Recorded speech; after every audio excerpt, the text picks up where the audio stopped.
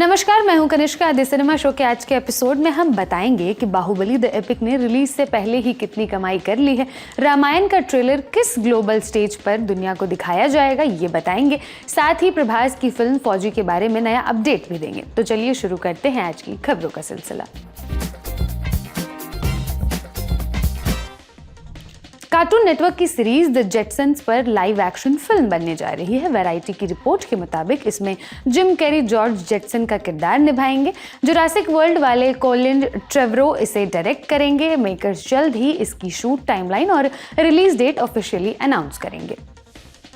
Percy Jackson and the Olympians का तीसरा season बनने वाला है। वैरायटी की रिपोर्ट के मुताबिक एफ्रोडाइट के कैरेक्टर में केट मिकनन को कास्ट किया गया है। इस सीरीज का सेकंड सीजन दिसंबर 2025 में जियो हॉटस्टार पर आएगा। इसके रिलीज के साथ ही मेकर्स तीसरे सीजन की रिलीज डेट अनाउंस करेंगे। Shefali Shah starrer series Delhi crimes का तीसरा सीजन बनकर तैयार है। नेटफ्लिक्स ने इसकी रिलीज डेट अनाउंस कर दी है। ये 13 नवंबर को रिलीज होगी। राजेश तेलंग और रसिका दुग्गल इस सीजन में भी हैं। इस बार नए चेहरों में शामिल हुए हैं हुमा कुरैशी, मिता वरिष्ठ और अंशुमन पुष्कर। तनुज चोपड़ा इसे डायरेक्ट कर रहे हैं।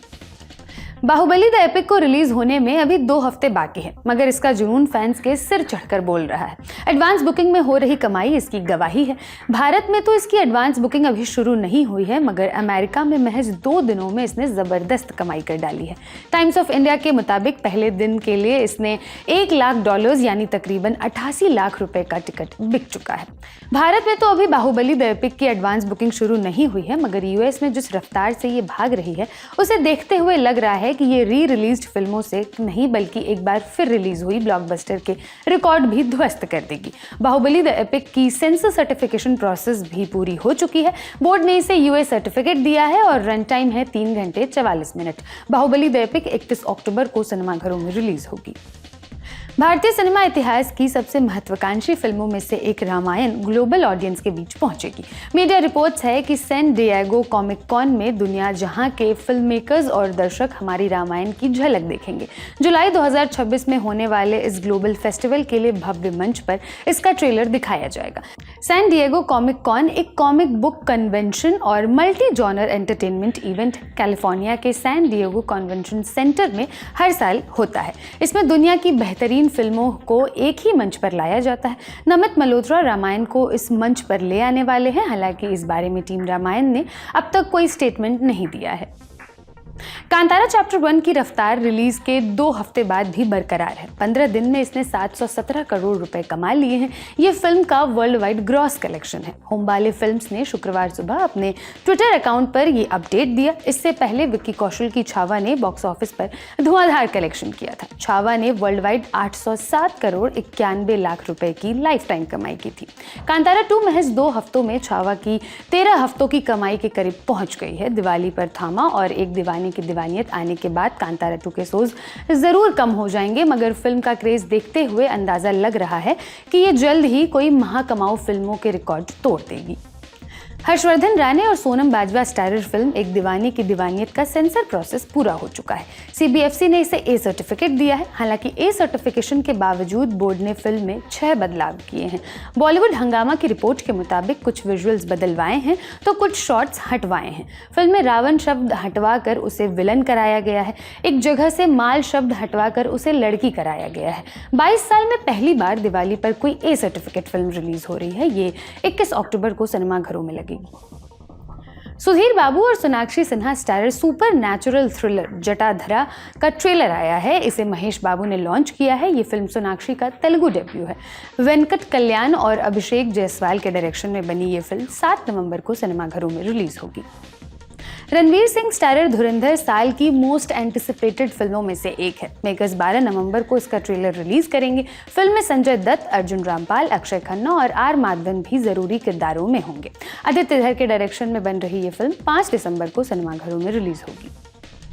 प्रभास फैंस के लिए अच्छी खबर है। 23 अक्टूबर को प्रभास के जन्मदिन पर उनकी 2 बड़ी फिल्मों पर बड़ा अपडेट मिलेगा। 123 तेलुगु की रिपोर्ट के मुताबिक पहला है उनकी फिल्म द राजा साहब का एक गाना और दूसरा उनकी वॉर फिल्म से जुड़ा बड़ा अपडेट मिलेगा। हनु राघवपुड़ी के डायरेक्शन में बन रही इस फिल्म का टाइटल और फर्स्ट लुक भी प्रभास के जन्मदिन पर ही रिलीज किया जाएगा। फिलहाल इस फिल्म को फौजी नाम से बुलाया जा रहा है। यूट्यूबर ध्रुव राठी ने शाहरुख की अरबों की संपत्ति और उनके पान मसाला विज्ञापनों पर सवाल उठाए हैं। इस बीच शाहरुख खान का एक पुराना इंटरव्यू दोबारा वायरल हो गया है। ये इंटरव्यू उन्होंने CNN IBN को दिया था।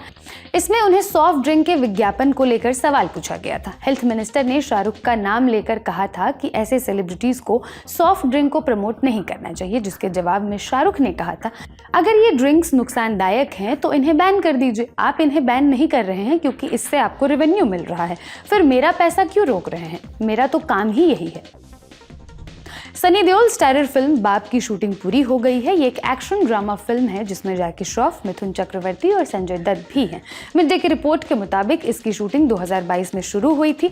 सिर्फ 2 गाने बचे थे जो अब फिल्माए गए हैं। इस फिल्म में टिपिकल सनी देओल स्टाइल का एक्शन देखने को मिलेगा। विवेक चौहान के डायरेक्शन में बनी ये फिल्म 2026 में पहली तिमाही में रिलीज की जाएगी। अब बारी है आज के फिल्म रिकमेंडेशन की। द लल्लन टॉप सिनेमा के एडिटर गजेंद्र सिंह भाटी से सुनिए एक बेहतरीन फिल्म का सिनॉप्सिस। मैं आपको रेकमेंड करूंगा एक डॉक्यूमेंट्री फिल्म जिसका नाम है द कोव। द कोव बहुत ही शानदार डॉक्यूमेंट्री है।